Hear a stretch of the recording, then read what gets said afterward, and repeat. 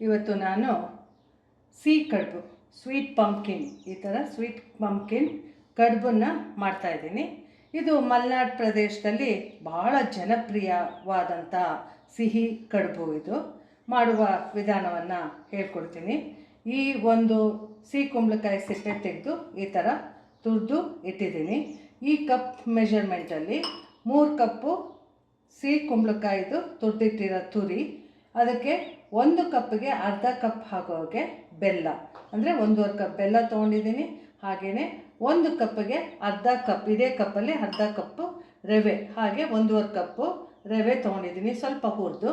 ಹಾಗೆ 1 ಕಪ್ಪಿಗೆ ಅರ್ಧ ಕಪ್ ತೆಂಗಿನ ತುರಿ, ಅದನ್ನು ಕೂಡ 1.5 ಕಪ್ ತೊಗೊಂಡಿದ್ದೀನಿ. ಮತ್ತು ಇದು 1 ಟೀ ಸ್ಪೂನಷ್ಟು ಏಲಕ್ಕಿ ಪುಡಿ ತೊಗೊಂಡಿದ್ದೀನಿ.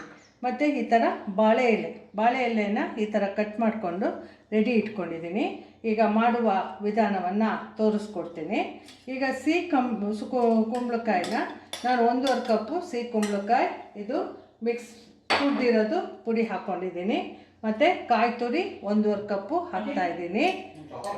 1.5 ಕಪ್ಪು ಬೆಲ್ಲ ಹಾಕ್ತಾಯಿದ್ದೀನಿ, 1.5 ಕಪ್ ಬೆಲ್ಲ. ಮತ್ತು ಹಾಗೆಯೇ 1 ಕಪ್ಪು 1 ಟೀ ಸ್ಪೂನ್ ಏಲಕ್ಕಿ ಪುಡಿ ಹಾಕ್ತಾಯಿದ್ದೀನಿ.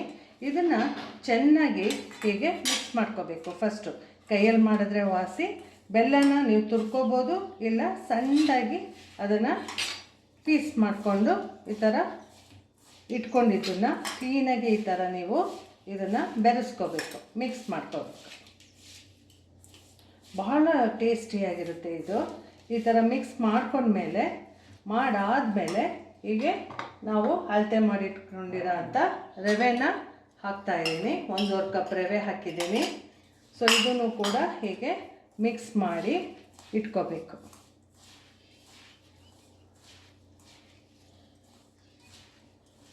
ಬಹಳ ಚೆನ್ನಾಗಿರುತ್ತೆ ಇದು, ರುಚಿಯಾಗೂ ಇರುತ್ತೆ, ನ್ಯೂಟ್ರಿಷಿಯಸ್ ಆಗೂ ಇರುತ್ತೆ.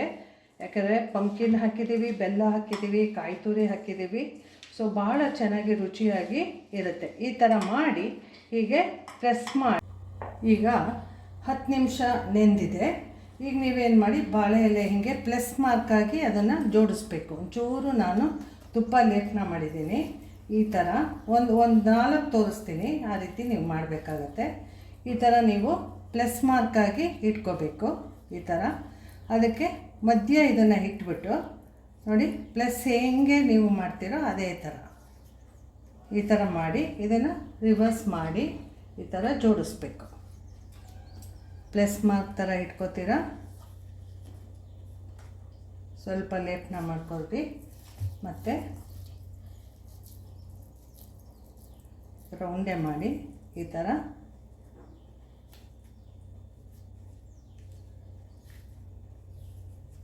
ಒಂದು ಬೇಕಾದ್ರೆ ನೀವು ಪಕ್ಕ ಇಟ್ಕೋತಾ ಇರಿ. ಆಮೇಲೆ ಒಂದೇ ಸಲ ನೀವು ಬೇಕಾದ್ರೆ ಜೋಡಿಸ್ಕೋಬಾರ್ದು.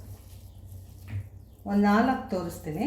ಆಮೇಲೆ ಇದನ್ನು ಇಡ್ಲಿ ಸ್ಟ್ಯಾಂಡ್ ಇರುತ್ತಲ್ಲ, ಇಡ್ಲಿ ಸ್ಟ್ಯಾಂಡಲ್ಲಿ ಇಟ್ಬಿಟ್ಟು 15 ನಿಮಿಷ ಇದನ್ನು ನೀವು ಸ್ಟೀಮ್ ಮಾಡಬೇಕು. ಹಬೆಲೇ ಬೇಯಿಸ್ಬೇಕು ಇದನ್ನು.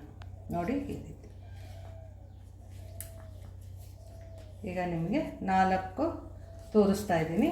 ಆಮೇಲೆ ನಿಮಗೆ ಫುಲ್ ಆದಮೇಲೆ ಮತ್ತೆ ತೋರಿಸ್ತೀನಿ.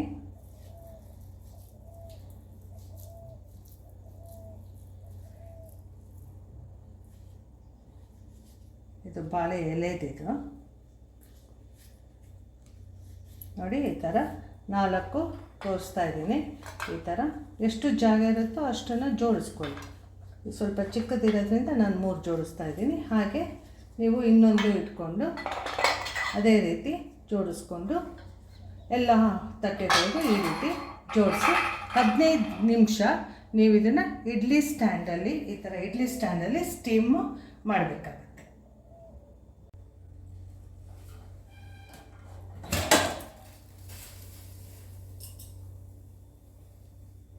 ತೆಗೆದಿಟ್ಟಿದ್ದೀನಿ. ಇದ್ರ ಜೊತೆ ನಾನು ಕಾಯಿ ಹಾಲು ಮಾಡಿದ್ದೀನಿ. ತೆಂಗಿನಕಾಯಿ, ಸ್ವಲ್ಪ ಹಾಲು, ಚೂರು ಏಲಕ್ಕಿ, ಸಕ್ಕರೆ ಹಾಕ್ಬಿಟ್ಟು ಈ ಥರ ಕಾಯಿ ಹಾಲು ಜೊತೆ ಯೂಶ್ವಲಾಗಿ ಸರ್ವ್ ಮಾಡ್ತಾರೆ. ನೋಡಿ ಸರ್ವಿಂಗು ಎಷ್ಟು ಚೆನ್ನಾಗಿರುತ್ತೆ ಅಂದರೆ ನೋಡಿ, ಮಲೆನಾಡು ಕುಂಬಳಕಾಯಿ ಕಡುಬು ಎಷ್ಟು ಚೆನ್ನಾಗಿರುತ್ತೆ ಅಂದರೆ ಈ ಥರ ಸರ್ವ್ ಮಾಡಿದ್ರೆ ಭಾಳ ಚೆನ್ನಾಗಿರುತ್ತೆ, ರುಚಿಕರವಾಗಿರುತ್ತೆ. ಬೇಕಾದರೆ ಮಕ್ಕಳಿಗೆ ಸ್ವಲ್ಪ ತುಪ್ಪ ಹಾಕಿ ಕೊಡ್ಬೋದು, ಇಲ್ಲದೇ ಈ ಥರ ಕಾಯಿಯ ಜೊತೆ ಸರ್ವ್ ಮಾಡ್ಬೋದು.